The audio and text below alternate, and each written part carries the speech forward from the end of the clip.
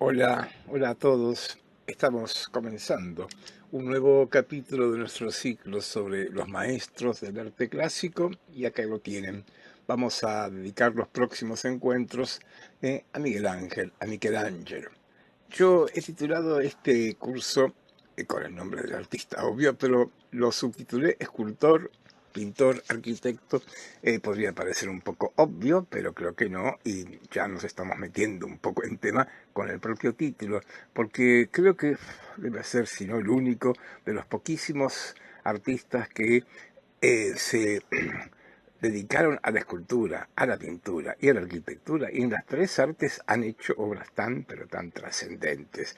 Por eso me parece válido este subtítulo, porque no es lo más habitual, no es casual que un artista, sobre todo en el Renacimiento, además de su arte más fuerte, sea la arquitectura o la pintura, un poco estuviera explorando otros espacios. Pero creo que ninguno como Miguel Ángel nos ha dejado una escultura como el David, una pintura como los frescos de la Sistina y una arquitectura como la cúpula de la Basílica de San Pedro, para nombrar algunos de ellos. Así que acá estoy ya empezando a presentarles a este artista que sin duda tiene esta trascendencia tan pero tan fuerte en la historia del arte.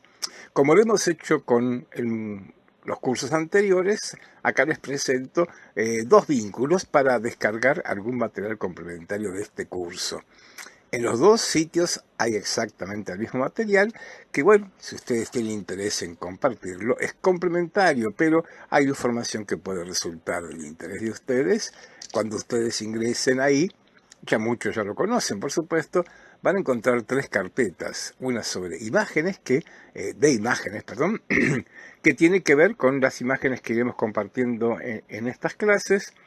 En la otra son textos desde el programa en adelante y eventualmente algún video que nos pueda completar los temas que veamos acá en estas clases. Les muestro solamente la primera imagen del programa de este curso, en el que, bueno, además de los fundamentos y los contenidos, tal vez lo que quiero destacar yo con más énfasis es la bibliografía, y acá muestro la primera parte de ella. Está ordenada por orden alfabético de autor, y como están viendo, en este caso por lo menos hay dos textos que tienen un hipervínculo. Lo he colocado y he procurado hacerlo en todos los casos que lo encontré, como ven, no son todos, pero hay algunos, porque justamente a partir de ese hipervínculo ustedes pueden acceder a esos textos en formato digital, que puede resultar de interés para ustedes.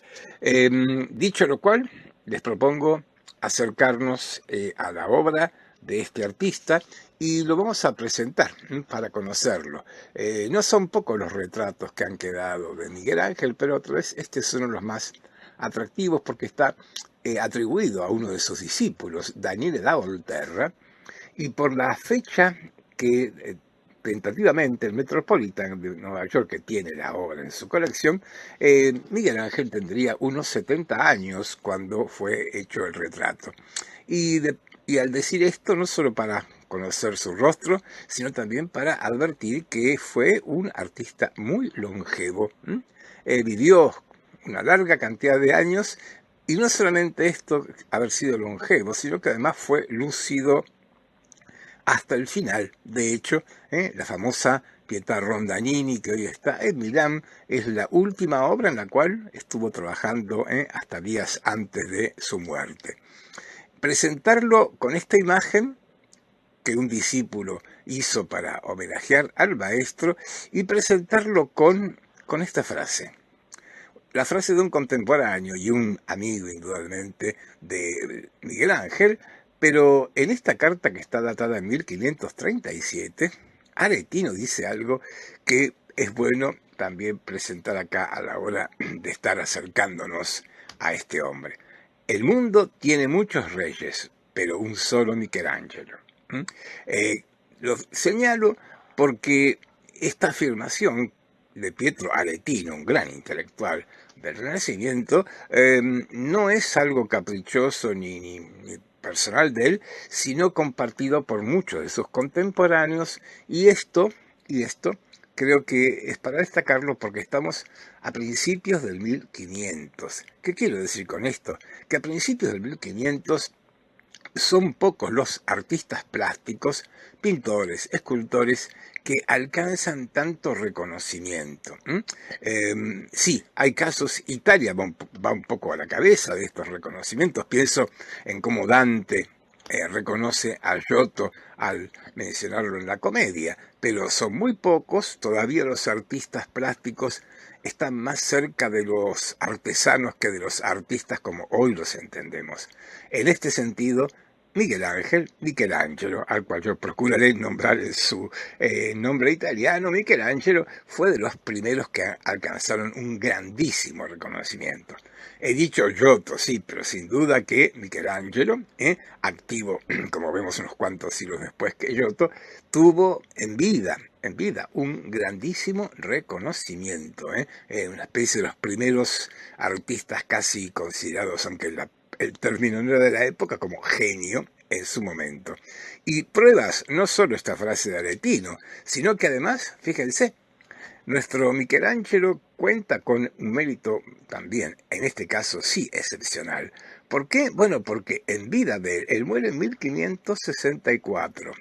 En 1553, este autor, Ascanio Condivi, publica la vida de Miguel Ángel, publica en Roma.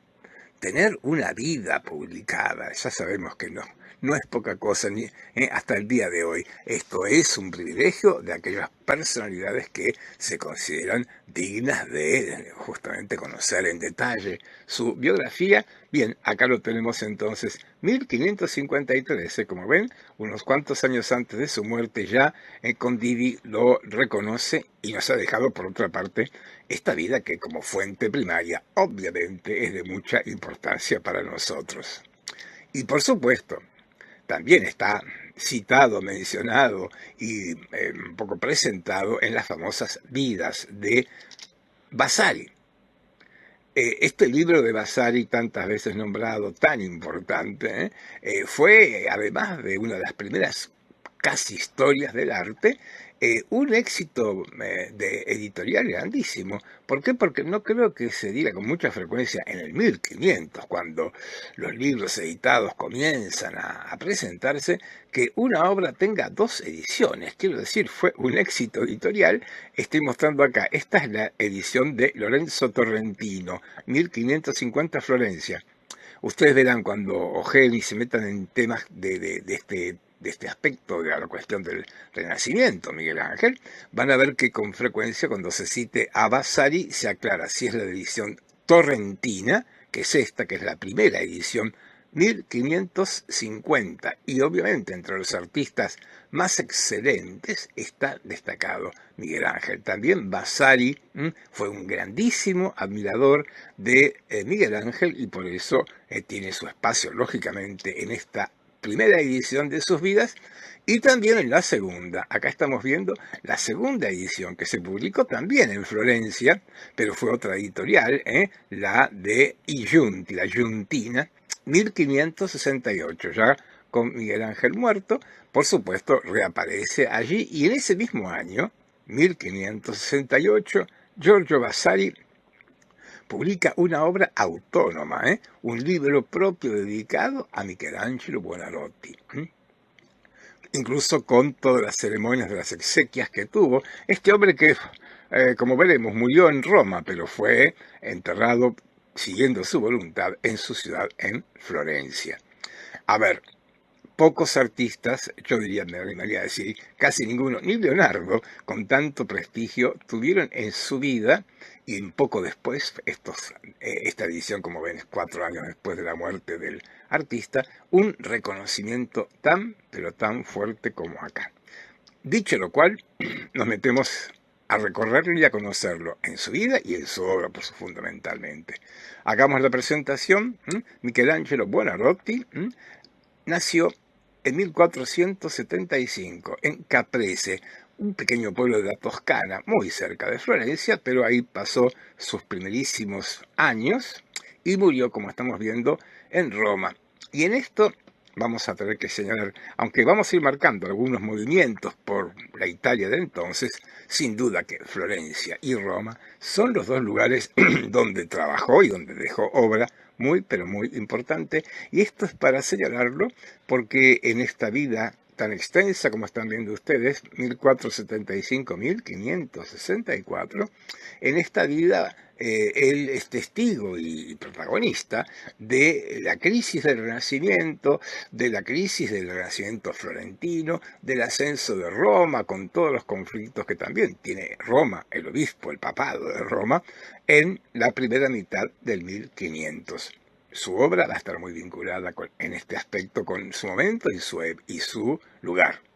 Y acá estoy marcando el pequeño hoy pueblo de Caprese. Como ven, allá bastante cerca está Florencia. Vamos a ampliar el mapa para irnos de Caprese primero a Settignano y luego a Florencia. Settignano pasó parte de su infancia, pero ya de adolescente va a estar establecido, lógicamente, con su familia desde ya, en la ciudad de Florencia. Ese era, obviamente, el destino. Con 12 años, Miguel Ángel llega a su ciudad que va a ser tan importante en su vida, que es Florencia. Por eso coloco la fecha, 1487, con 12 años, Michelangelo está en Florencia y va a permanecer por ahora en un primer periodo, como están viendo, breve, hasta 1495. Como estamos planteando, y vamos a volver a insistir, los movimientos de Miguel Ángel son bastante frecuentes, aunque, como decía, Florencia y Roma son las ciudades privilegiadas para su trabajo. Para meternos y a recorrer lo que estamos, digamos, privilegiando, les propongo hacer como lo vengo haciendo siempre yo, estar estableciendo los contextos. No vamos a ocuparnos de la vida y la obra de Miguel Ángel como algo completamente aislado, sino insertos en el mundo, en la época en que vivió y también, por supuesto, en el arte, en la historia del arte, que también él lo tuvo como protagonista muy destacado. Por eso entonces permítanme que hagamos una pequeña recorrida por la historia general, en este caso Florencia, lógicamente. Y me voy un poco lejos, antes del nacimiento del artista, para señalar la importancia en esta ciudad en la cual él va a trabajar de ahora y seguirá por un buen tiempo, y en la cual va a elegir para ser enterrado, es la Florencia de los Medici. Aquí marco justamente la llegada al poder de Cosimo de Medici, llamado Il Vecchio. Recordemos, Florencia es una república, con lo cual este hombre no era ni rey ni duque, no tenía ningún título en sentido de poder, sino que era el señor, y por señor habría que entender en el sentido amplio y vago, el hombre poderoso, porque la familia Medici, la más rica de Florencia, y dentro del gobierno de esta república, los Medici tenían un peso extremadamente fuerte. Eran los señores de Florencia. Lo quiero marcar porque todavía no tienen título de nobleza, todavía no alcanzaron algo que sí va a pasar en el siglo XVI, pero por ahora Cosimo es el pater patriae, así digamos, se lo mencionó y así se lo consagró como el hombre más importante de Florencia, el señor de Florencia, y va a manejar, por supuesto, la vida política y cultural de esta ciudad. En esto destacaría que durante su señoría, Florencia va a ser casi, o en gran medida, la gran capital del mundo occidental. Lo que está colocado ahí arriba, miren, entre 1431, antes de que llegara Cosimo al poder, y en 1445, ahí termina, en Florencia, este concilio que empezó en Basilea, siguió en Ferrara y en Florencia. Concilio fundamental para la Iglesia Católica, con todo el peso cultural, social y político que tenía, y como digo, no es casual que Florencia haya sido el último ámbito en el cual, un concilio en el cual hasta estuvo presente el emperador de Constantinopla, el emperador de Bizancio, 1445. Constantinopla está a punto de caer en manos de los turcos y ahí el emperador bizantino llega a pedir auxilio. Digo esto para marcar la importancia grandísima cuando dije el centro del mundo occidental, creo que no exageraba mucho.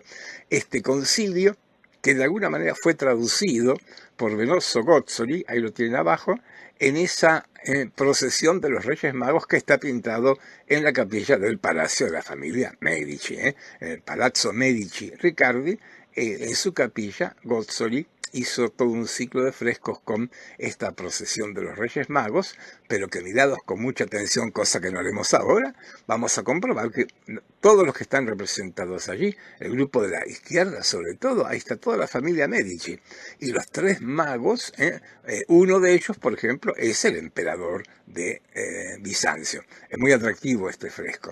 Esto se pintó, insisto, ahora sí, con un Miguel Ángel, jovencísimo, 1459 al 60.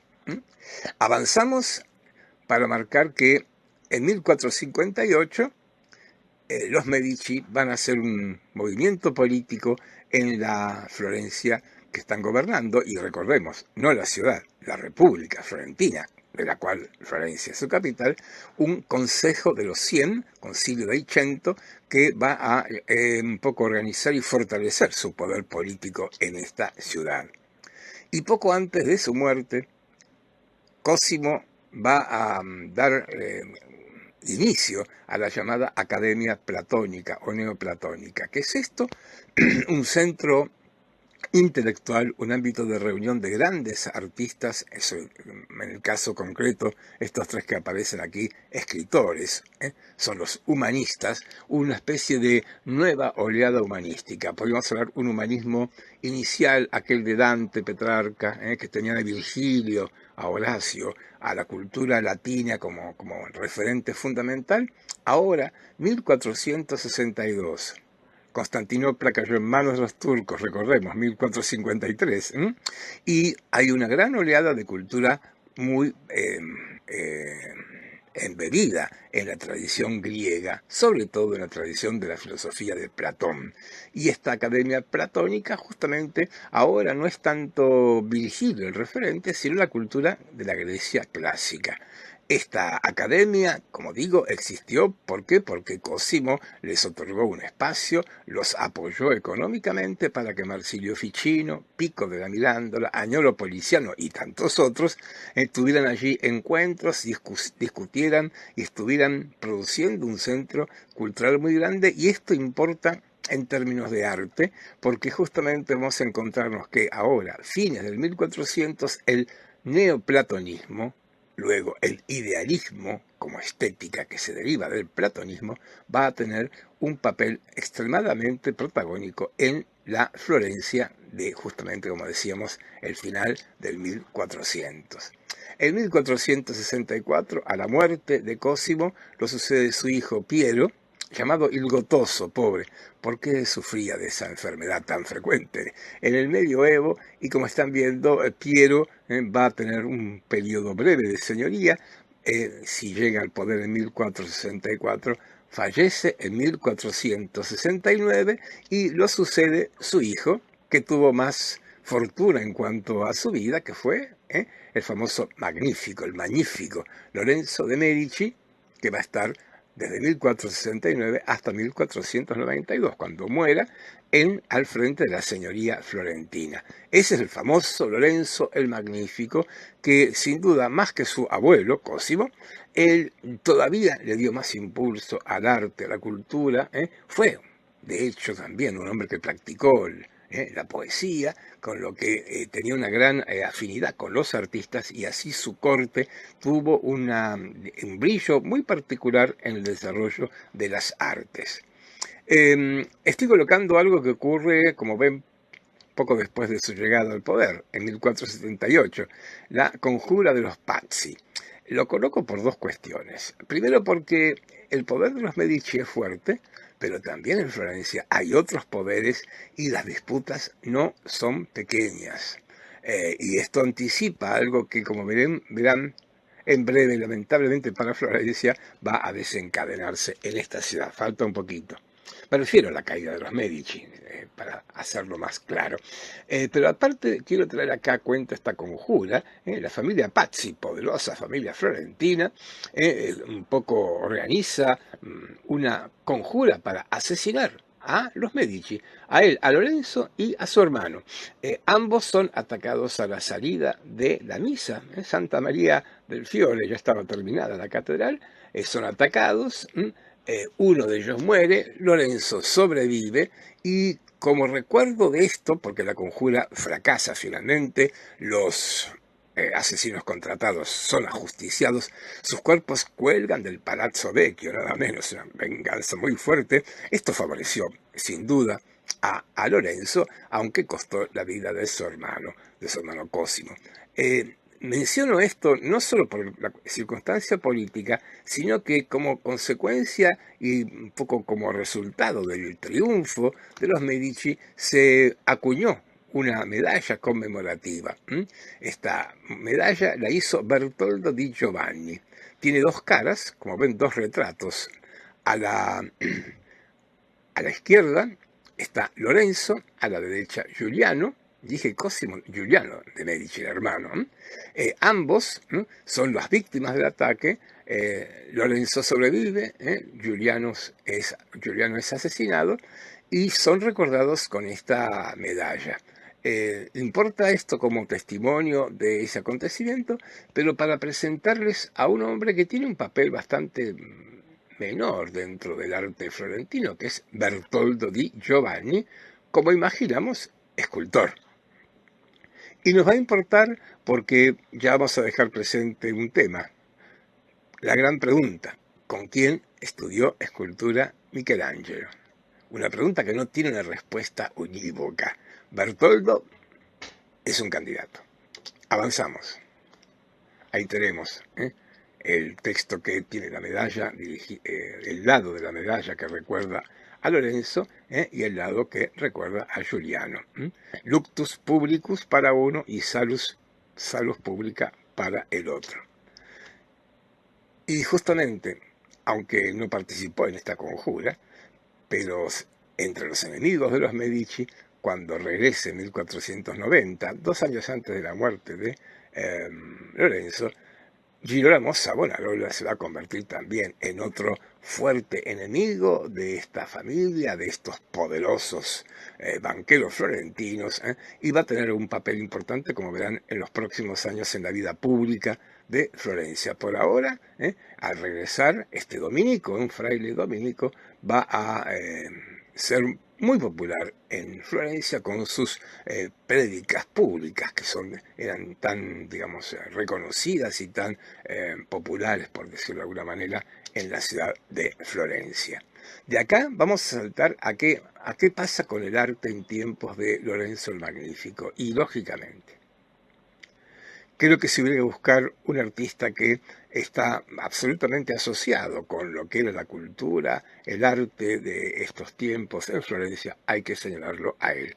Sandro Botticelli es tal vez el que mejor interpreta la vida de la Florencia más aristocrática, por supuesto, y su pintura tan refinada, tan elegante, es una buena interpretación de este momento en el que justamente los Medici ya son casi una aristocracia. Lo son, pero quiero decir, actúan principescamente. Lorenzo actúa como un príncipe, sostiene, es mecenas de los artistas y sostiene y desarrolla una vida donde lo elegante, lo refinado, como estamos viendo acá, se halla muy presente, tanto en esta obra popularísima, La Primavera, como en numerosas pinturas como esta de carácter religioso, donde el tema de la familia de María con el niño son tal vez de los más populares. Todo está inundado por esto que acabamos de mencionar recién, el neoplatonismo y el idealismo.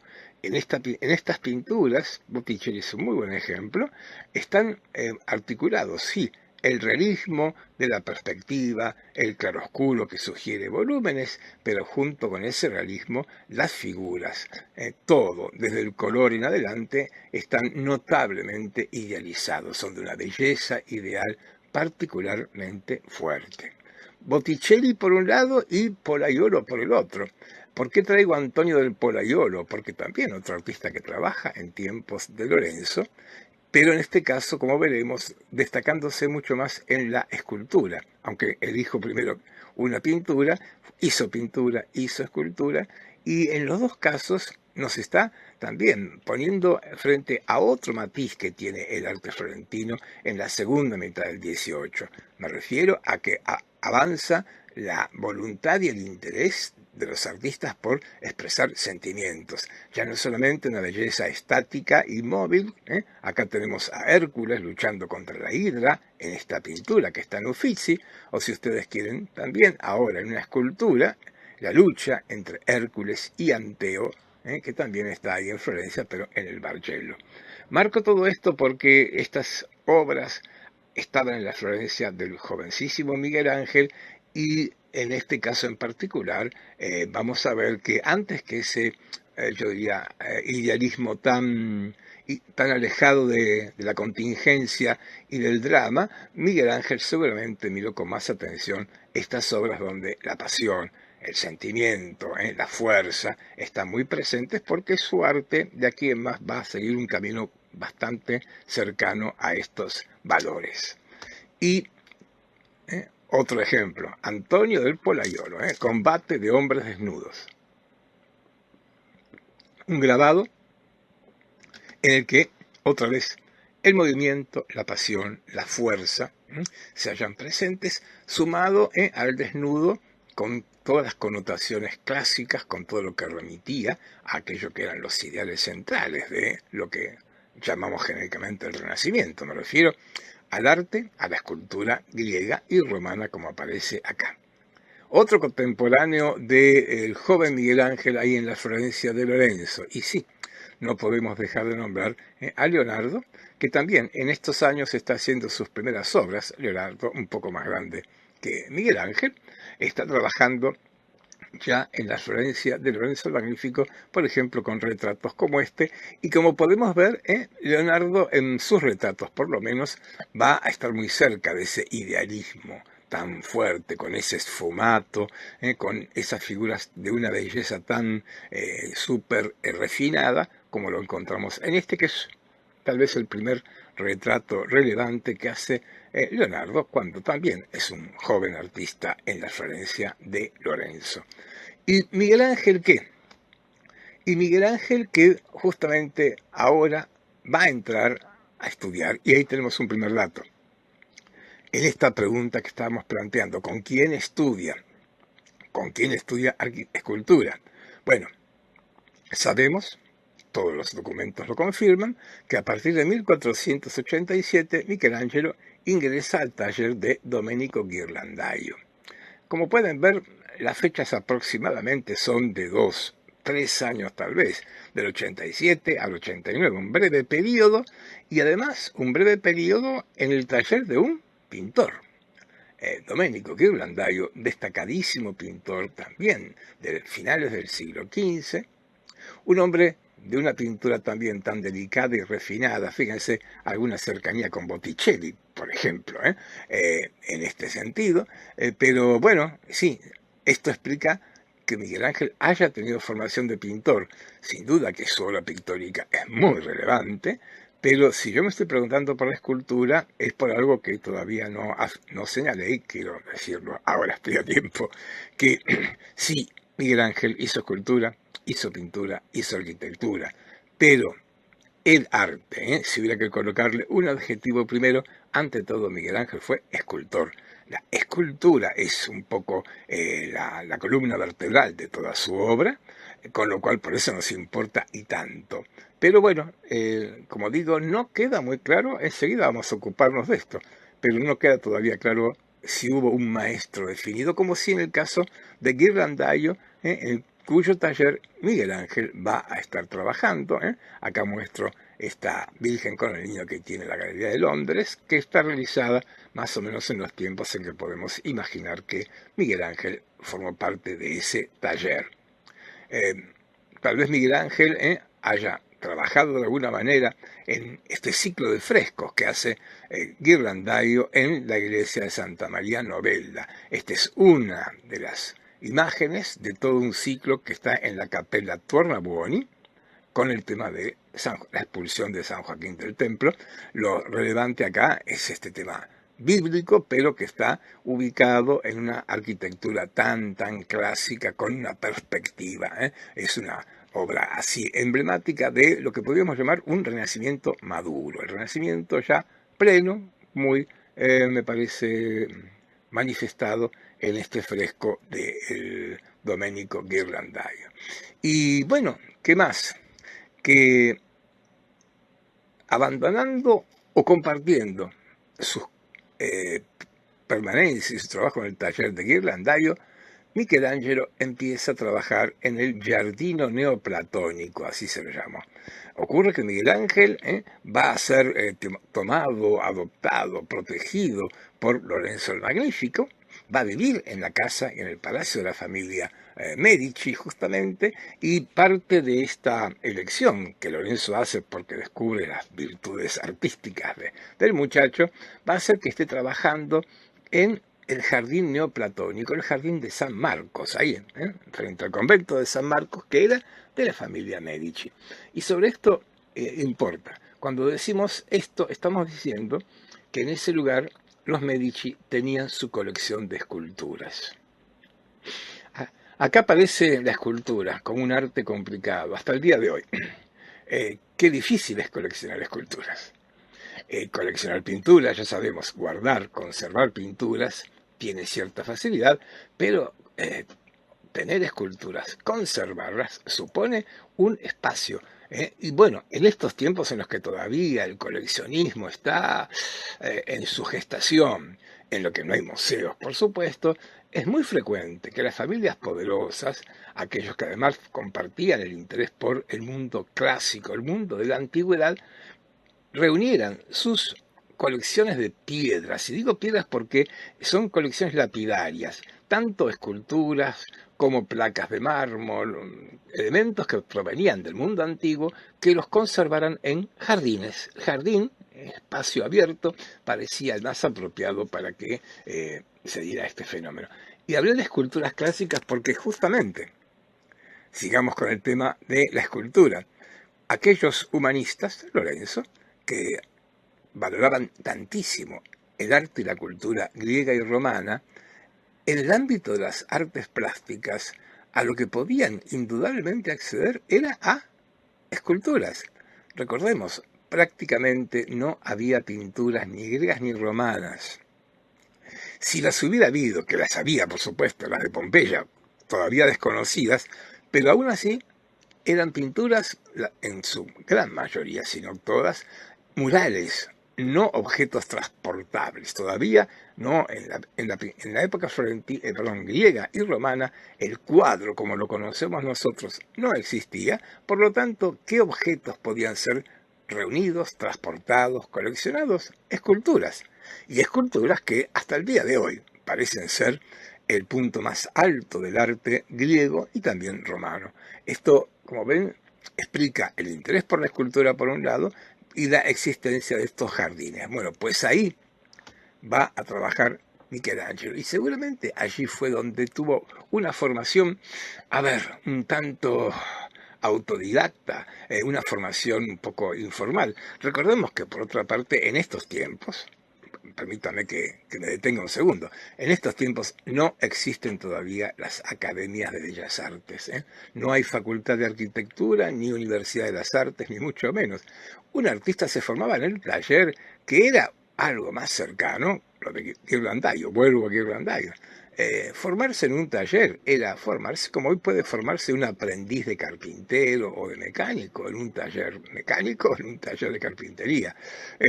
Recién en el siglo XVII y mucho más en el XVIII van a aparecer estas escuelas, academias de bellas artes como las conocemos todavía hoy. Lo mismo ocurría con la escultura, por eso esta formación que, como digo, parece un poco informal, pero que era la que en general la mayoría de los artistas de una forma u otra recibían. Y entonces es allí cuando Miguel Ángel, seguramente con muy pocos años, con menos de 20 años, si la fecha es más o menos exacta, 1491, 92, allí andaba por los 17 años, va a ser una de las que muchos consideran sus primeras obras, La batalla de los centauros o la Centauromaquia. Una de sus primeras obras, que es un altísimo relieve hecho en mármol, de tamaño moderado, que se conserva en el Museo de Florencia, que es la Casa Buonarroti, la casa del artista. Bien, aquí nos aparece el Miguel Ángel escultor, y un escultor que está haciendo un altísimo relieve con un tema que verán, por eso insistí en Polaiolo, la lucha, el combate, la batalla, algo que va a ser tan presente en su obra. Hay una palabra que desde ahora en adelante va a recorrer buena parte de la obra de Michelangelo, que es fuerza. La fuerza va a ser un tema que va a estar presente de muchísimas maneras, en muchas de sus obras, si no en casi todas. Y una fuerza que en este caso la ejercen estas figuras, con esa musculatura tan fuerte, tan acentuada, que también va a ser característica de su prototipo físico. Un relieve, origen, otra vez, no podemos señalar ningún maestro, pero sí señalar bueno, que Miguel Ángel, como tantos contemporáneos, tenía no pocos relieves para poder estudiar, aprender e imitar. Acá elegí este que está en un museo romano, que es un sarcófago de la época romana, fíjense la fecha, 180-190 después de Cristo, con una escena de batalla entre romanos y germanos. Lo traigo porque indudablemente no deja de tener algún parentesco con lo que acabamos de ver. Una especie de horror vacui, amontonamiento de cuerpos, de lucha y con un tratamiento de relieve bastante fuerte. Como pueden ver, las figuras tienen un gran volumen. Bueno, sí, seguramente que si no cualquier otro sarcófago con esos relieves que presentaban y que fueron tan abundantes en la época romana pagana y en la época romana cristiana, fue el modelo que tenía en su cabeza Miguel Ángel, porque si no era bien podría haber sido también este otro, ahora relieve, de Bertoldo di Giovanni. A ver, es el autor de las medallas que, como vimos, recordaban la muerte de Giuliano y la salvación de Lorenzo. Bueno, Bertoldo di Giovanni estaba trabajando en este jardín de esculturas de Lorenzo el Magnífico, como ven, hasta 1491, en que murió, pero seguramente que Miguel Ángel pudo aprovechar algo mínimo de los últimos años de la vida de este artista y seguramente pudo haber contemplado este relieve en bronce que sigue estando en Florencia, en el Bargello. Marco esto porque son las pistas que nos permiten ir rastreando algún vínculo de la obra muy juvenil, muy temprana de Michelangelo con el contexto en el cual está trabajando, la Florencia de Lorenzo. Volvemos a ver entonces el relieve, lo estoy ampliando para advertir qué interesante trabajo hay acá de posiciones de cuerpos, de gestos, de actitudes, pero también de líneas contrapuestas, de curvas y contracurvas, que le dan un dinamismo particularmente fuerte a esta obra muy temprana. Y advertimos, un muchacho que no tiene 20 años ya evidencia un conocimiento de la anatomía, digamos, bastante avanzado, algo que para cualquier escultor era obviamente obligadísimo, porque acá el tema es, sí, claro, la escultura, como dijimos, griega y romana, y una escultura, la griega y la romana, que tenían como tema muy grande, muy importante, la figura humana y el desnudo de las figuras, que era un poco la prueba y el desafío de la excelencia de cualquier escultor. Avanzamos a una obra, en este caso religiosa, con esta Madonna della Scala, que también se guarda en la Casa Buonarroti.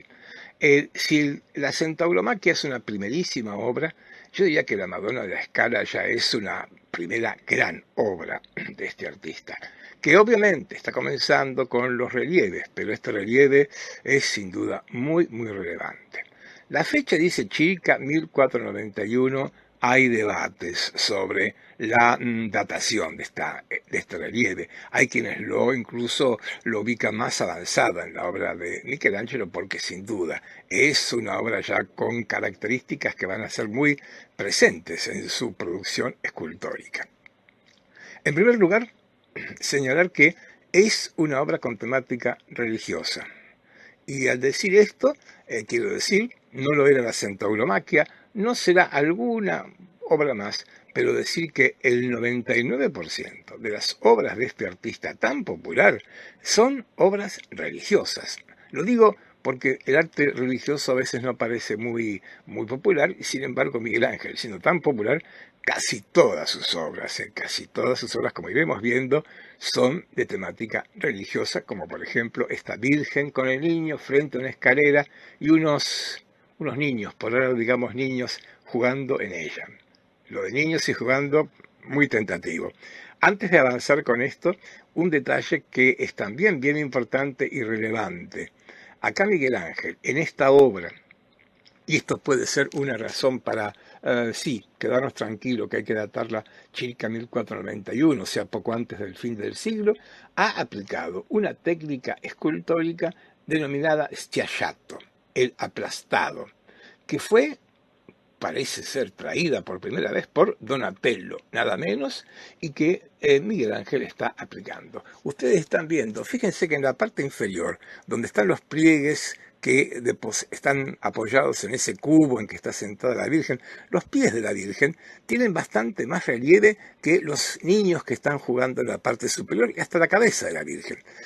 A esa forma de tratar el volumen, así muy brevemente, casi dibujado, aplastado, se lo denomina schiacciato, que es una variante dialectal toscana, o sea, schiacciato, aplastado, que, como digo, fue inaugurada por Donatello y que en gran medida está consiguiendo que un principio aplicado a la pintura, como la perspectiva, el primer plano y el segundo plano, pudiera trasladarse al relieve. A ver, traigámoslo acá, a Donatello, y uno de sus schiacciato más espectaculares, como este banquete de Herodes, en el que, como pueden ver, toda la arquitectura que representa Donatello en esta obra está datada, fíjense, circa 1435, la arquitectura está sometida a ciertos principios de perspectiva, hay líneas de fuga, en la escalera, por ejemplo, lo están viendo, pero también la perspectiva, el espacio profundo, está señalado por estas formas que están como aplastadas dentro del relieve. Me importa marcar esto por dos razones. Primero porque, bueno, es una característica de esta escultura del 480, esta técnica del schiacciato. Pero también para marcar algo que vamos a ir viendo y recorriendo con bastante frecuencia en la obra de Michelangelo. ¿Cuál es? El haberse apoyado tan francamente en la obra de sus predecesores. Michelangelo hace una obra extremadamente original en la pintura, en la escultura, en la arquitectura, pero en todas ellas siempre uno va a encontrar algún lazo, algún nexo que lo vincule con su tradición florentina. Me parece relevante esto, porque su originalidad, por un lado, no impide que encontremos una buena cantidad de elementos, como en este caso esta técnica que lo vincula con su pasado reciente, con maestros como el grandísimo escultor Donatello, nada menos. Ahí tenemos el detalle de el cuerpo de María apoyada en este cubo. Vamos a volver con la idea del cubo. Llama la atención en muchas obras de Michelangelo, el cubo tiene una presencia fuerte, una figura tan poco atractiva que sin embargo podemos encontrarle alguna connotación incluso simbólica. Indudablemente que simbólica es la Scala. Madonna della Scala está frente a una escalera. Y en este caso importa porque seguramente, casi indudablemente, estamos en presencia del uso de la escalera en un sentido simbólico, le buscamos un precedente bíblico, y es el sueño de Jacob que sueña con la escalera con la que unos ángeles lo están conduciendo al cielo, la escalera que lleva a la divinidad, y en este caso María sería la escalera. María está llevándonos por esa escala al encuentro con Dios, y entonces, como dije, niños jugando o ángeles. En rigor, ángeles. Y acá aparece algo, otra novedad importante, y quiero insistir en esto.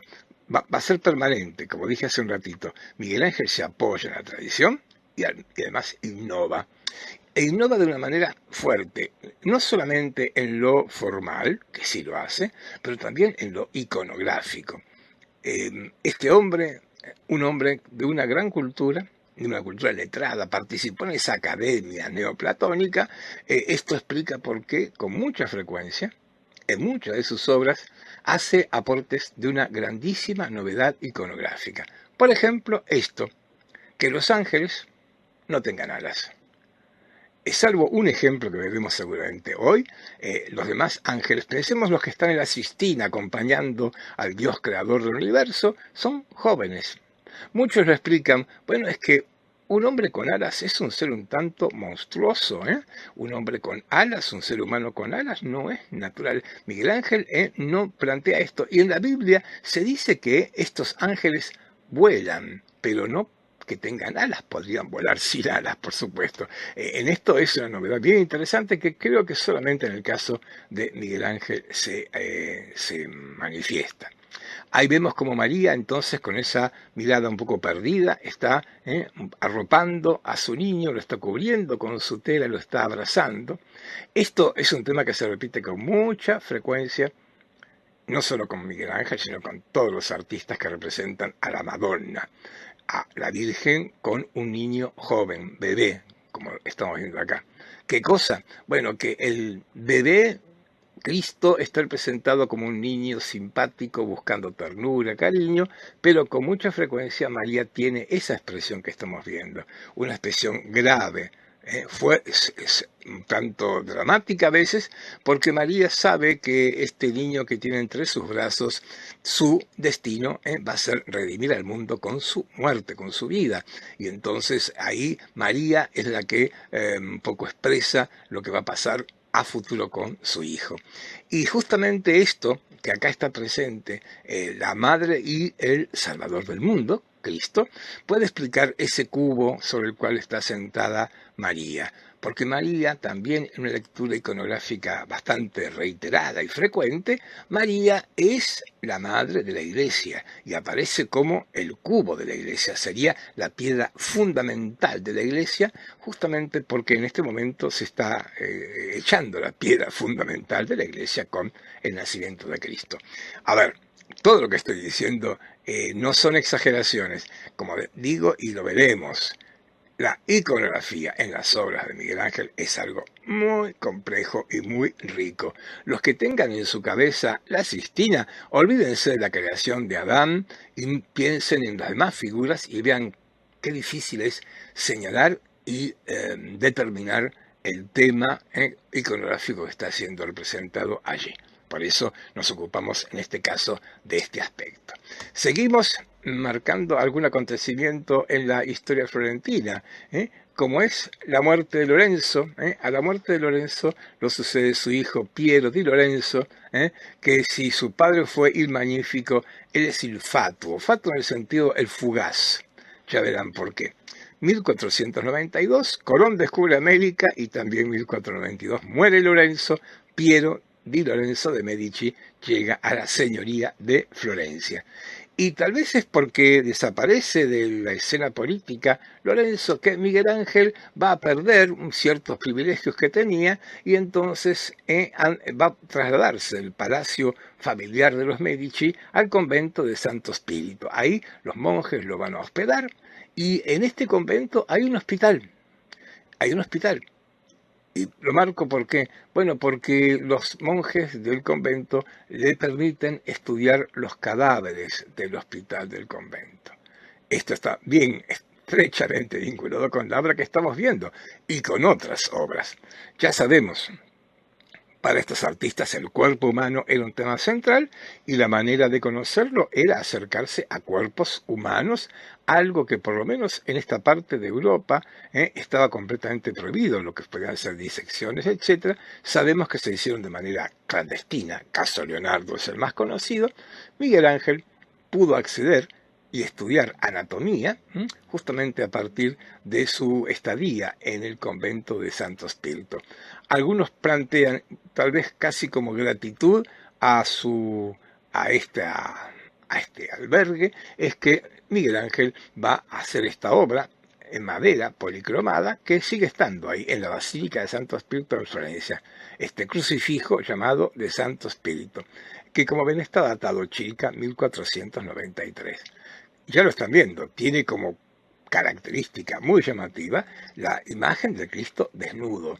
No tiene el llamado paño de castidad o el paño de pureza que suele colocarse en casi todas las imágenes del Cristo crucificado, pero aquí Miguel Ángel se permite representarlo desnudo, con un cuerpo muy delgado, y en este caso otra vez el Cristo crucificado desnudo de Miguel Ángel me sirve para también seguir marcando sus vínculos con sus antepasados, porque unos años antes que él, como están viendo, unos cuantos años, Filippo Brunelleschi, nada menos, el gran arquitecto, pero también escultor, hizo también un Cristo crucificado en madera, que está y sigue estando en Santa María Novella, en Florencia, y también Filippo Brunelleschi representa a Cristo crucificado sin el paño, Cristo desnudo. Otra vez lo quiero traer porque si bien esto es muy original, que lo es, no deja de estar un poco dentro de alguna mínima tradición que por lo menos se daba en la escultura florentina. Me acerco a esta imagen de este Cristo que parecería un poco estar separada de un prototipo físico tan abundante en Miguel Ángel que acabamos de ver, por ejemplo, en la Centauromaquia. Quiero decir, un Cristo delgado, esbelto, tal vez con la intención de mostrarlo, como aparece justamente, frágil, indefenso ante su martirio y ante su muerte. Tiene la cabeza que está inclinada hacia nuestra izquierda y las piernas dobladas hacia la derecha, haciendo una muy particular rotación, dándole algún movimiento, algo que sí va a ser después muy presente en la obra de Miguel Ángel. Ya hablaremos de la forma serpentinata o el contraposto, que acá aparece muy levemente, pero que en esta oposición entre cabeza y piernas o rodillas, mejor, pareciera como que está subrayando la fragilidad y el dolor de Cristo ante este momento tan terrible, por supuesto. Obra entonces escultórica en madera policromada y también, por estos años, obra en dibujo, porque Michelangelo sigue aprendiendo y va a aprender de los maestros. Lo que estamos viendo acá, que la colección austríaca llama Tres hombres de pie con amplios mantos girados hacia la izquierda, no es más que una copia, un estudio hecho sobre un fresco de Masaccio, nada menos. El fresco se perdió, estaba en la Chiesa del Carmine, pero se perdió, y una de las figuras, yo encontré esta imagen muy pequeñita, porque una de esas figuras que están representadas en ese fresco que mostraba la sagra, o sea, la consagración de la Iglesia del Carmine, es la que pudo ver Miguel Ángel y copió acá, en esta tinta. Me parece relevante porque estamos, y perdón por la insistencia, subrayando Miguel Ángel y su pasado. Miguel Ángel y los artistas que lo precedieron, Donatello, Brunelleschi en el crucifijo, Masaccio ahora en estas figuras tan robustas, tan fuertes. Yo creo que en esto Miguel Ángel parece haber sido uno de los que mejor entendió lo que había hecho Masaccio en su pintura. Miguel Ángel, como Masaccio, tiene este realismo fuerte, estas figuras tan poderosas, tan expresivas, que uno encuentra en la obra de Masaccio y que no tiene mucha proyección en el propio artista, pero que sí las encontramos, por ejemplo, en otras obras de Miguel Ángel. Y además de este estudio de la Sagra, tenemos este otro, mucho más relevante, me parece, porque está mucho más cerca y por suerte conservamos la expulsión de Aníbal del Paraíso. Ahí tenemos, es el fresco, seguimos en la Chiesa del Carmine, Florencia, ¿eh? Ahí está el fresco de Masaccio y a la izquierda el dibujo de Miguel Ángel, la copia de Masaccio. Y otra vez, insisto, creo que Miguel Ángel fue quien mejor entendió la novedad tan grande que Masaccio hacía muy a principios del siglo XV, y esto tiene que ver con el dramatismo, la expresión, que en este caso, en la expulsión del paraíso, como casi ningún otro, frescos más dramáticos que realiza Masaccio, y que, como digo, luego de su temprana muerte, poca proyección va a tener en la pintura florentina. Por eso pienso, bueno, sí, de alguna manera Miguel Ángel va a ser quien va a retomar estas obras con una fuerte expresividad, con dramatismo, con tanta fuerza, como estamos viendo acá. Sin duda, el dibujo de Miguel Ángel es más Miguel Angelesco, las anatomías son más plenas, más rotundas que las de Masaccio, pero comparte con Masaccio esta expresividad, este dramatismo tan fuerte que tiene el fresco de la iglesia del Carmine. Y no solamente estudia a Masaccio, también estudia a Giotto, nada menos. Ahí tenemos un dibujo que guarda el Museo del Louvre, con dos figuras que toma de una capilla de la iglesia de Santa Croce, la Cappella Peruzzi. Son las figuras que estamos viendo en esa imagen chiquita a la izquierda. Como tantos artistas antes y después que él, estamos viendo, Michelangelo completa su formación, copiando a los grandes maestros, copiando a Masaccio, copiando a Giotto, estudiando y aprendiendo de ellos. Y como decía, aportando nada menos que cosas muy personales, pero subrayaría esto, ¿no? Tanto Giotto como después Masaccio se caracterizan por estas figuras que son realistas por su expresividad, por la voluntad de transmitir sentimientos, pasiones, y bueno, me parece que en este sentido Michelangelo va a ser un discípulo perfecto de estos grandes artistas. Y movimiento. Miren, pareciera como que algo lo hubiera un poco alertado. 1494 es un año terrible en Florencia, como veremos. En ese mismo año, poco antes de lo terrible, Miguel Ángel emprende un viaje un poco llamativo a Venecia. Un viaje largo, Esto eran semanas en caballo para llegar hasta Venecia. Estaba cruzando los Apeninos y allí en Venecia, en rigor, no registran actividad relevante. La biografía cuenta algunas circunstancias, pero no actividad artística propia. Pero yo quiero destacar algo, ¿no? Porque llega a Venecia cuando ya Andrea del Verrocchio había muerto y cuando Alessandro Leopardi estaba terminando nada menos que esta figura, el Coleoni. Lo digo porque sin duda que Miguel Ángel, el joven Michelangelo, se detuvo frente a esta poderosa estatua ecuestre.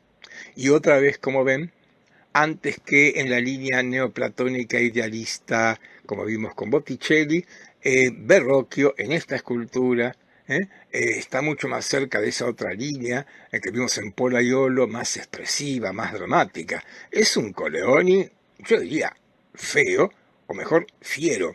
Acá a Verrocchio le importó que esta imagen transmitiera toda la potencia, la fuerza de este hombre que, claro, no era un santo ni un poeta, era un condottiero, un guerrero, y toda la furia del guerrero no dudó Verrocchio en dársela a su retratado.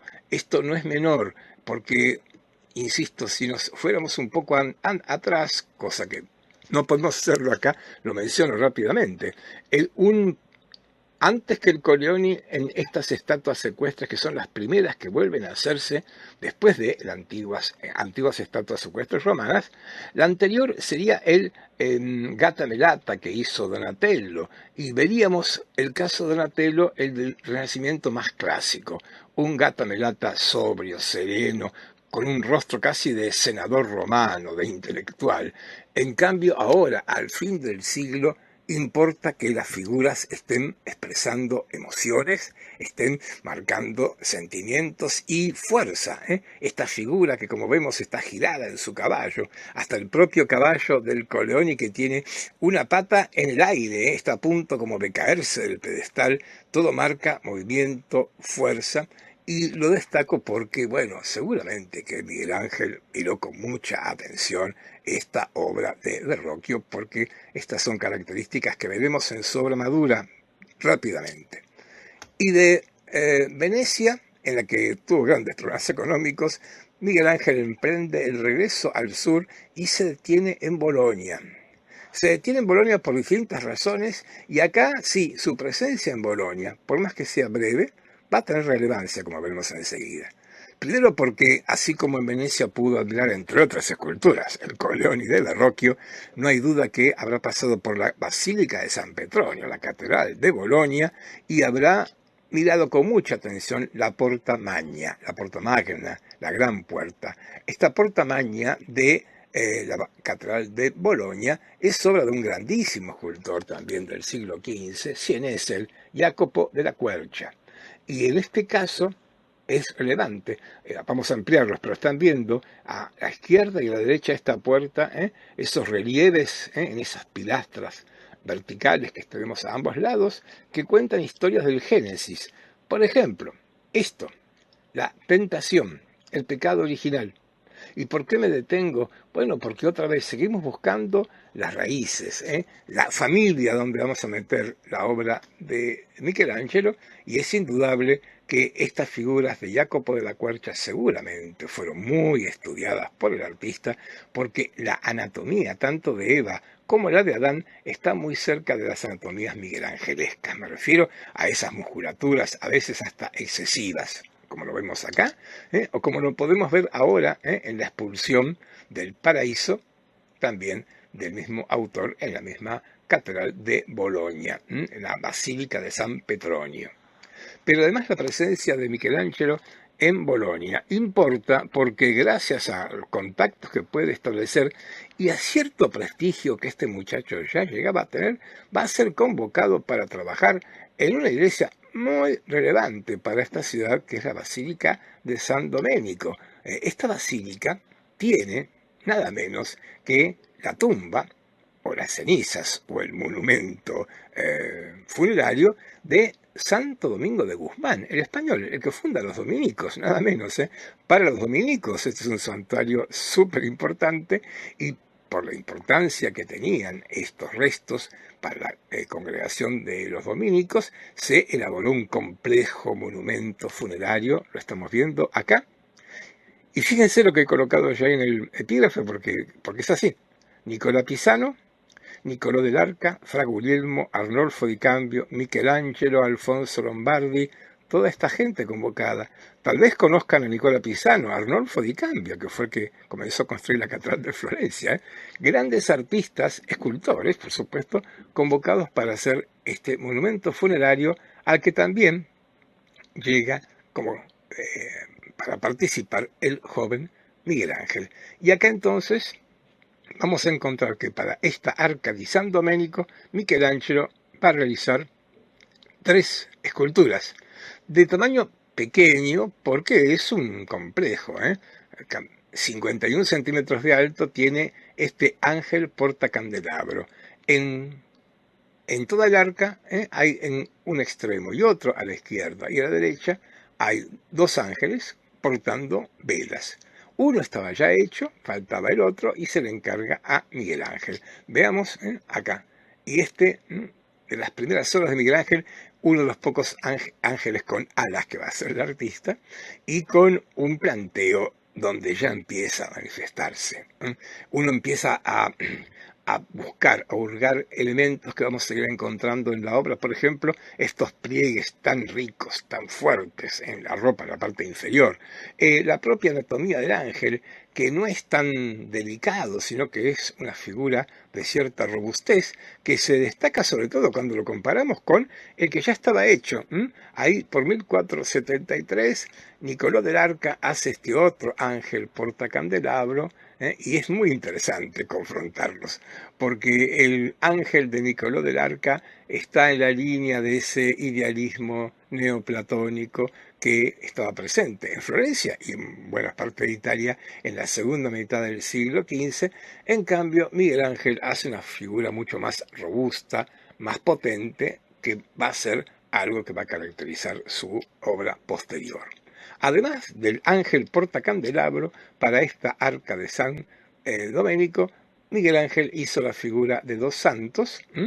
Eh, Otra vez, esculturas que es interesante porque son esculturas de culto completo, no son relieves, claro, pero de tamaño moderado, 64 centímetros, como ven, una estatua relativamente pequeña, con este santo local, San Petronio, obispo por su tocado, otra vez con un rico trabajo de pliegues en su cuerpo, y acompañándolo a él la imagen de este santo bastante particular, San Prócolo, o Próculo, que es un santo mártir de la época romana. Vemos, lo vistió a la romana, era un soldado romano que fue martirizado en tiempos de Diocleciano, como sabemos siempre, el malo de las películas, el emperador Diocleciano.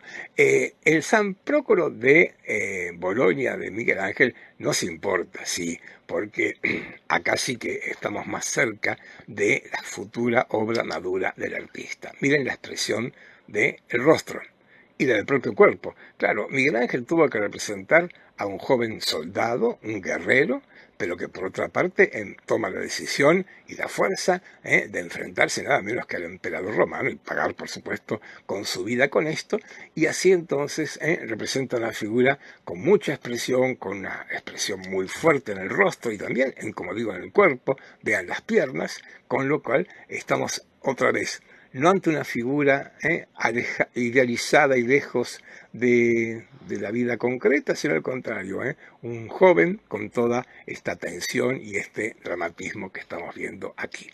Bolonia entonces, pero pronto dejar la ciudad y comprobar por qué dije que se fue oportunamente de Florencia. Vuelvo a 1494 y esto. Carlos VIII de Francia invade Italia, toda Italia, viene del norte hacia el sur y al llegar a Florencia su llegada provoca un levantamiento popular que lleva a la expulsión de los Medici.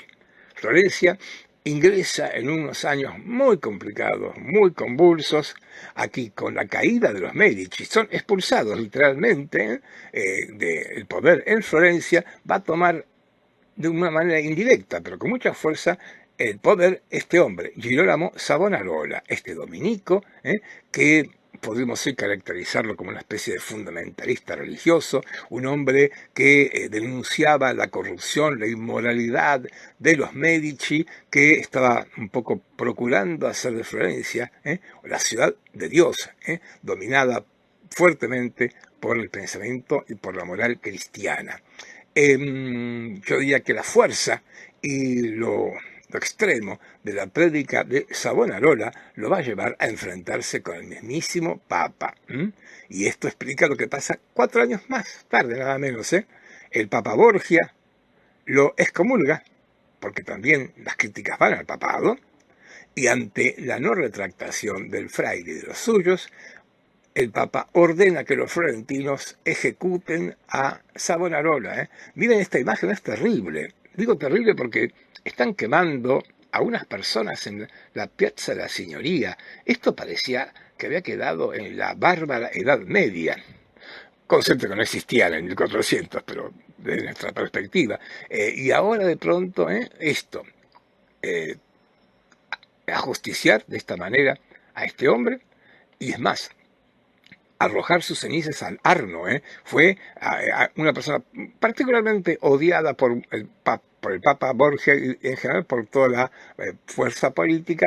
Digo, esto de arrojar las cenizas al horno no fue solo una humillación, se hizo para evitar que sus restos, los que fueran parte de algún tipo de veneración o de culto popular, que desapareciera totalmente. Y más o menos esto se consiguió. Lo que han andado por la Piazza de la Signoria, tal vez recuerden que en ese lugar hay una placa hoy que sigue recordando que ahí fue ajusticiado Girolamo Savonarola.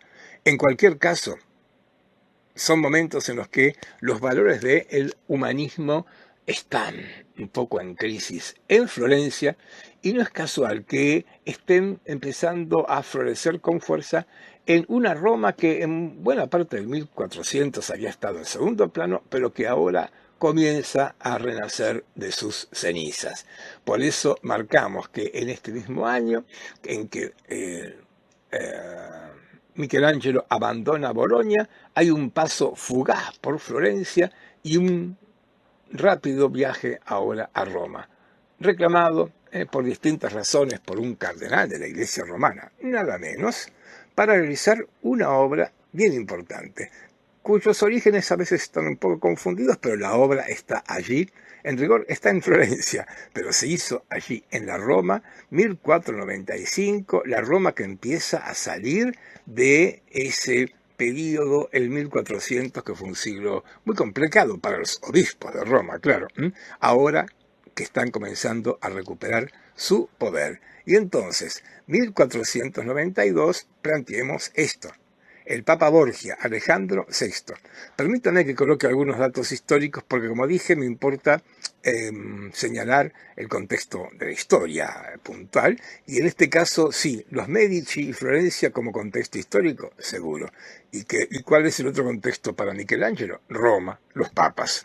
El primer papa que va a estar o que va a compartir su vida o su tiempo, mejor, con Miguel Ángel es este Papa Alejandro VI, como ven, fue papa desde 1492 hasta 1503, en que muere. Y durante su papado asistimos a la llamada Primera Guerra de Italia. Lo mencioné hace un ratito. Carlos, rey de Francia, Carlos VIII, invade Italia, se enfrenta con la llamada Liga de Venecia, que estaba formada por estos estados, nada menos: Milán, Venecia, el Sacro Imperio Romano Germánico, España y los estados pontificios, nada menos. Esto va a hacer que esta invasión no sea muy exitosa, pero de todos modos lo hace, y va a provocar y va a marcar el inicio de un periodo, como dijimos, complicado para Florencia y yo diría para toda Italia. Lo que va a comenzar por 1494, con la voluntad de la dinastía Valois de Francia de ocupar territorios que reclamaban por supuestas herencias familiares en la península itálica. Esto va a dar inicio a las llamadas Guerras de Italia, un periodo francamente muy complicado para Italia. Para decirlo rápidamente, Italia, como territorio, es el campo de batalla en la que están luchando intereses extranjeros. Fundamentalmente va a ser Francia y el Sacro Imperio Romano Germánico. Ya lo veremos enseguida esto. Acá, lo mencionamos recién y ahora lo reitero. En el 98, Alejandro VI excomulga y hace ejecutar a Fra Girolamo Savonarola, y al año siguiente otro Valois, ahora Luis XII, vuelve a invadir Italia, ocupa Milán y Nápoles y protagoniza esta llamada Segunda Guerra de Italia. Como decíamos, guerras con plural de Italia, por eso son varias guerras. Por eso acá hablamos de una primera y una segunda. En este contexto es que lo encontramos a Miguel Ángel trabajando en Roma. Ahí, entre el 96 y el 97, haciendo su primer obra importante. Primer obra importante y aparte primer obra en Roma. Me refiero a este Baco. Un mármol de 2 metros de alto, 203 centímetros. O sea, una estatua de tamaño superior al natural, que va a ser entonces la primera estatua importante de este artista. Ahí coloqué, porque me parece importante que retengamos esto.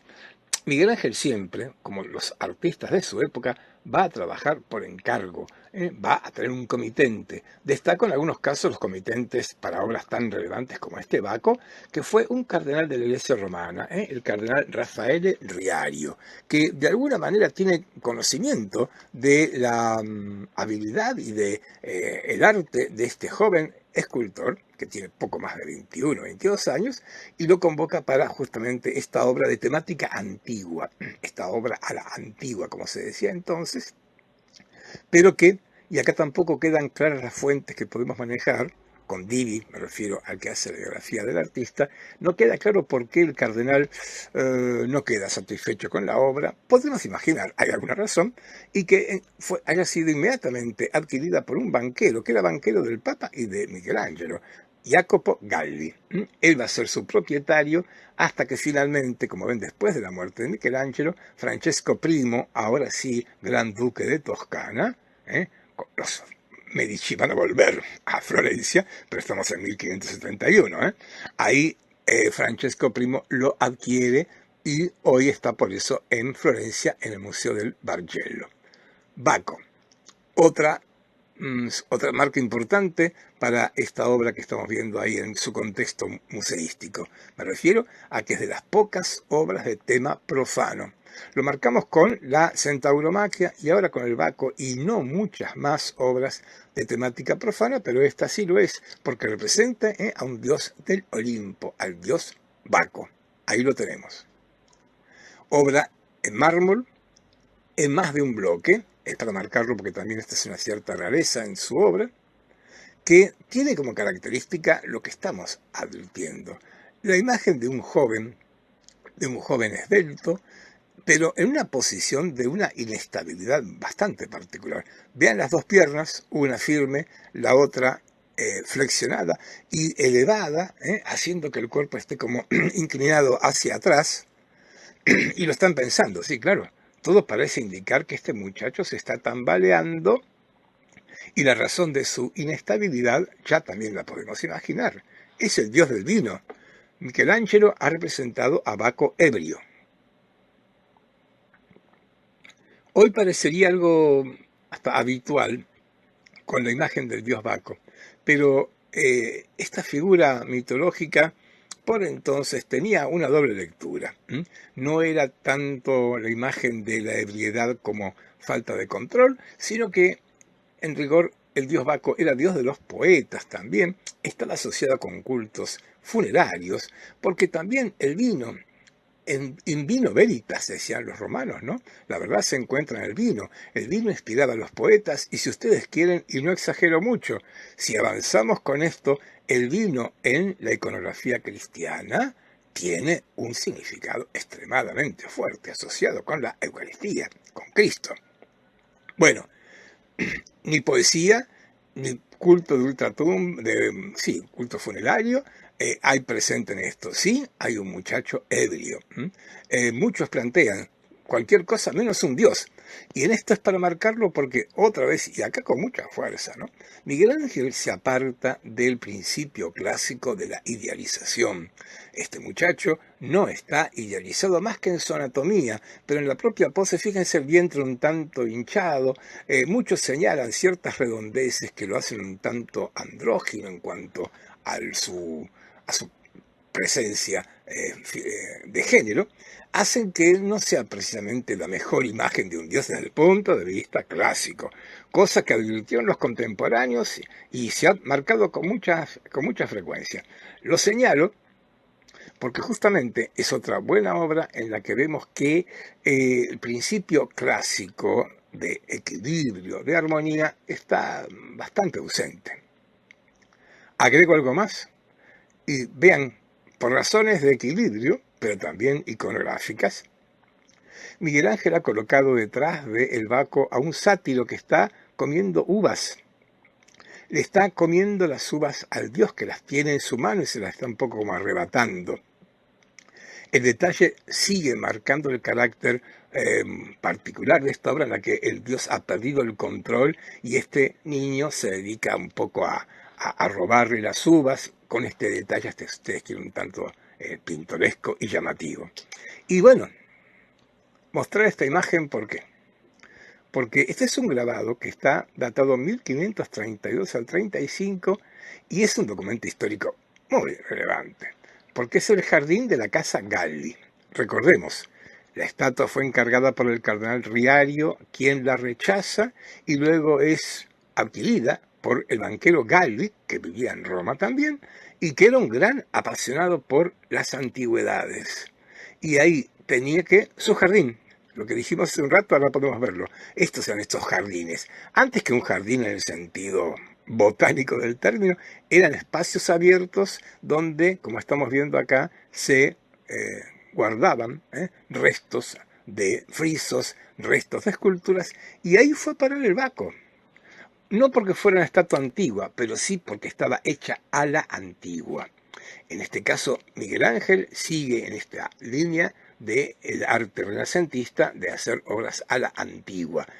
Otra vez, están hechas a la antigua, y si hubiera que buscar algún parentesco por su clasicismo no demasiado fuerte, por decirlo de alguna manera, habría que pensar que sí, seguramente Miguel Ángel, acá como en otros casos, prestó atención al arte antiguo. ¿Pero a qué arte antiguo?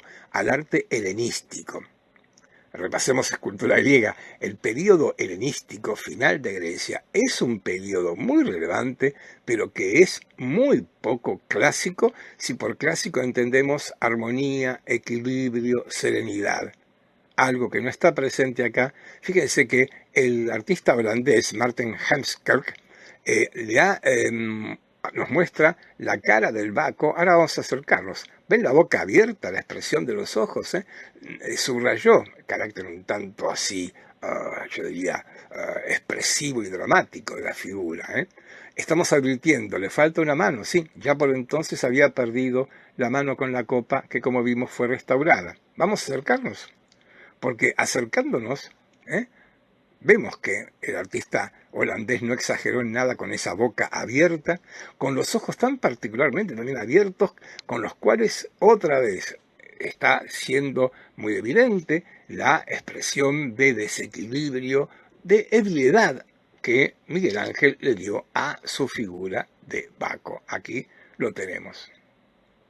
Y me parecía útil, junto con esta imagen que estamos viendo acá, esta obra de Miguel Ángel, traer otro Baco. Podría haber otros más, por supuesto, pero me importa traer este Baco que es helenístico y que representa a Antino como Baco. Es un mármol, helenístico, dije no, romano, del siglo II después de Cristo. Recordemos que Antino es el joven compañero del emperador Adriano y que lo convierte a su muerte juvenil en una divinidad, y acá, como dios, Antino tiene las características de Baco, la copa y las uvas que así lo caracterizan.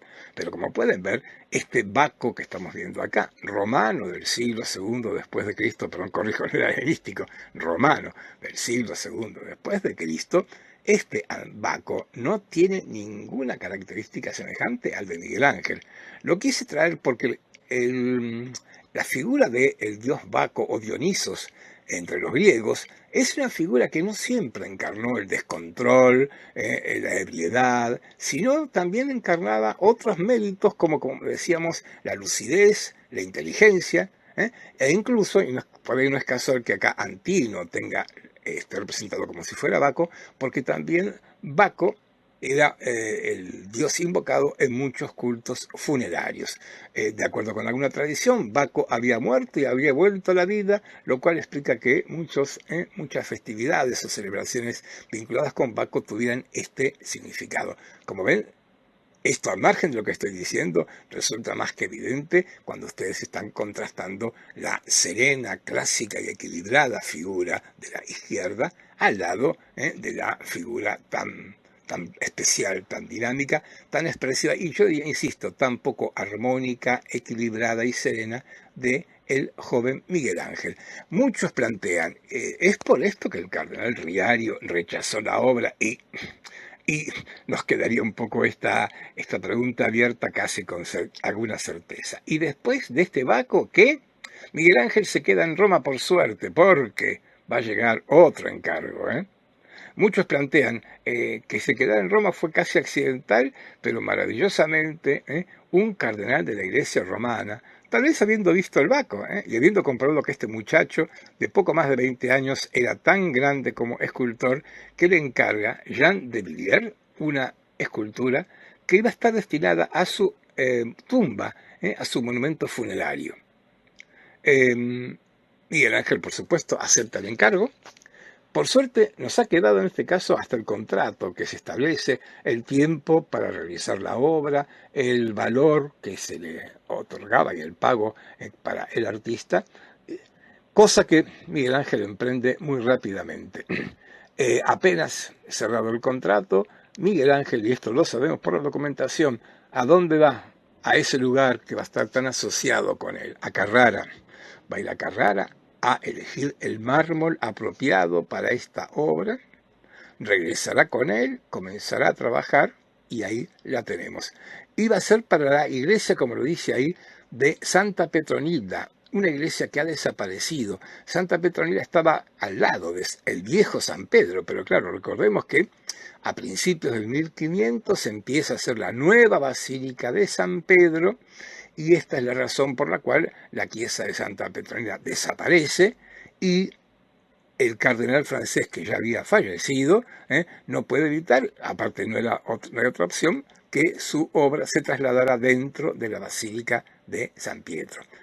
Importa de alguna manera este dato, mucho más que por una circunstancia histórica, sino por el resultado. ¿Por qué? Porque la chiesa de Santa Petronila era una pequeña iglesia y el espacio que imaginan muchos que estaba destinado a esta escultura y al monumento fúnebre de este cardenal, era un espacio, una especie de nicho dentro del cual iba a estar incluida la figura, y esto explica lo que es hoy esta piedad. Una obra que tiene este gran volumen en primer plano, pero que su parte posterior no es plana, pero tiene poco relieve. Es una obra con poco espesor porque estaba destinada a estar dentro de un espacio como un nicho al cual estaba destinada. Bien, a ver, piedad. Tema interesante que vamos a ir planteando para ir cerrando nuestra clase de hoy. ¿Por qué tema interesante? Bueno, porque voy a partir por lo iconográfico. Porque esta obra es popularísima, famosísima, y cuando lo pensamos en términos de iconografía, tiene su peculiaridad, su rareza. A ver, ¿qué está representado aquí en esta imagen que estamos viendo? A María, que tiene el cuerpo muerto de su hijo en su regazo. Cristo muerto ha sido bajado de la cruz y está reposando de alguna manera en el regazo de su madre. Lo que acabo de describir es un episodio que en ninguno de los 4 evangelios está contado. En ningún caso se habla de que Cristo o de que María tenga en sus brazos el cuerpo muerto de su hijo.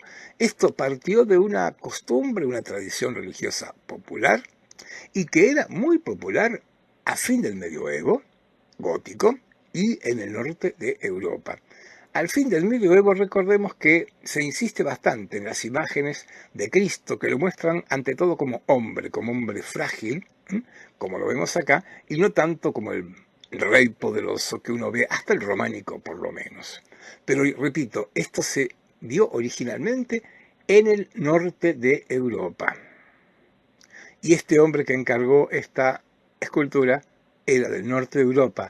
Jean de Villiers era francés, claro, seguramente por esta razón, por algo que estaba afín con su, digamos, tradición y su cultura religiosa, hizo este encargo. Veamos algunos antecedentes. Miren, uno primero para que nos quede bastante claro lo que estoy señalando, porque tal vez sea una de las piedades más características de este momento. La Vesperbild, la Virgen de las vísperas de la Pasión, de la Semana Santa, es una escultura anónima, bohemia o alemana, que está, como ven, datada en fines del siglo XIV, inicios del XV.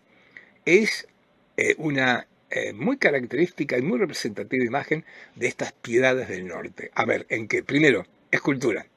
La veremos enseguida en pintura, pero el primer soporte que tuvo el tema de la piedad nórdica fueron esculturas como esta, que es una caliza polícroma. Y, por supuesto, poniendo algo que era casi un poco inevitable, pero que enseguida veremos que Miguel Ángel no respeta, que es la exhibición del cuerpo lacerado, sangrante de Cristo, la exposición de un cadáver, hasta con la rigidez de la muerte en brazos de su madre, como lo vemos acá. Y si ustedes quieren, miren, lo elegí porque esta silografía, muy popular, pero justamente muy representativa de lo que la piedad en el norte de Europa expresaba: dolor, sufrimiento y mostrar un Cristo muerto, lacerado, herido. Este motivo, como digo, que es relativamente nuevo, va a cruzar los Alpes, por supuesto, y vamos a encontrar pronto, ya en el siglo XV, en Francia, y en Italia, esto es antes de los Alpes, en Francia, 1457, esta Pietà, esta Pietà que firmó Enguerrand Quarton, un muy importante pintor francés del 1400, en que otra vez el cuerpo muerto de Cristo, ahí María está acompañada por Juan, por María Magdalena, por un donante, pero básicamente lo que el motivo de la pietà impone es la madre y el hijo ahí muerto en su regazo. Ahora sí cruzamos los Alpes a ver a Cosimo Tura, un pintor del 1400, italiano del norte de Italia, otra vez con María protegiendo, María doliendo el cuerpo muerto de su hijo. Esta muerte, como ven, está muy subrayada en estas figuras que estamos compartiendo. Lo mismo, Hércules de Roberti. Ahora estoy viendo ejemplos de italianos, como estamos viendo, avanzando en 1400. Otra vez la figura dolorosa de María, acá con una capa negra para marcar el duelo, el dolor, y la figura de Cristo con ese carácter de muerte. Y avanzo para cerrar con esta otra, ya de un pleno renacimiento. Pietro Perugino, este hombre fue el maestro de Rafaelo, nada menos. Y advertir algo, claro, sí, en estos planteos donde domina fuertemente este realismo clásico, la imagen de la piedad tiene algunos problemas, porque fíjense cómo lo representa Perugino. Cristo está muerto, tiene la rigidez cadavérica, y está así apoyado en su madre, sostenido por detrás y por delante con un ángel y con una María Magdalena seguramente, pero una composición un tanto complicada e incómoda. La incomodidad que supone este cuerpo tan horizontal en brazos de su madre no deja de estar produciendo lo que se pretende mostrar: dolor, tristeza, sufrimiento por la muerte de Cristo, cosa que no es lo más dominante en la versión de Miguel Ángel. Acá Miguel Ángel hace su propia versión de la piedad, una versión propia en la que, veámoslo rápidamente, estamos cerrando nuestra clase. ¿Qué cosa? Bueno, creo que estamos de acuerdo que el Cristo de Miguel Ángel está casi más dormido que muerto en brazos de su madre. Un Cristo que, si lo miramos con atención, es bastante más pequeño que María, para que María pueda contenerlo dentro de su cuerpo, para que todo tenga este perfil triangular tan clásico, tan sereno y tan equilibrado. Y tras lo que estoy diciendo, señalar justamente lo de equilibrado y clásico, yo creo que tal vez sea esta la obra más clásica de todo lo que hizo Miguel Ángel, la más renacentista, si por renacimiento entendemos clasicismo, equilibrio. Fíjense, esta fotografía nos muestra el perfil de toda la escultura que, como dije, no tiene mucha profundidad, es como un grandísimo relieve y entonces no es muy disparatado verla con un perfil de un triángulo equilátero. Triángulo equilátero, que es la figura más serena, armónica y equilibrada. Vamos a volver en nuestro próximo encuentro con esta importantísima obra del joven Miguel Ángel, que recordemos para un poco tenerle un poco de envidia. 24 años tiene Michelangelo Buonarroti cuando hace esta obra, que es su primer gran obra maestra. Nos vemos en una semana. Muchas gracias.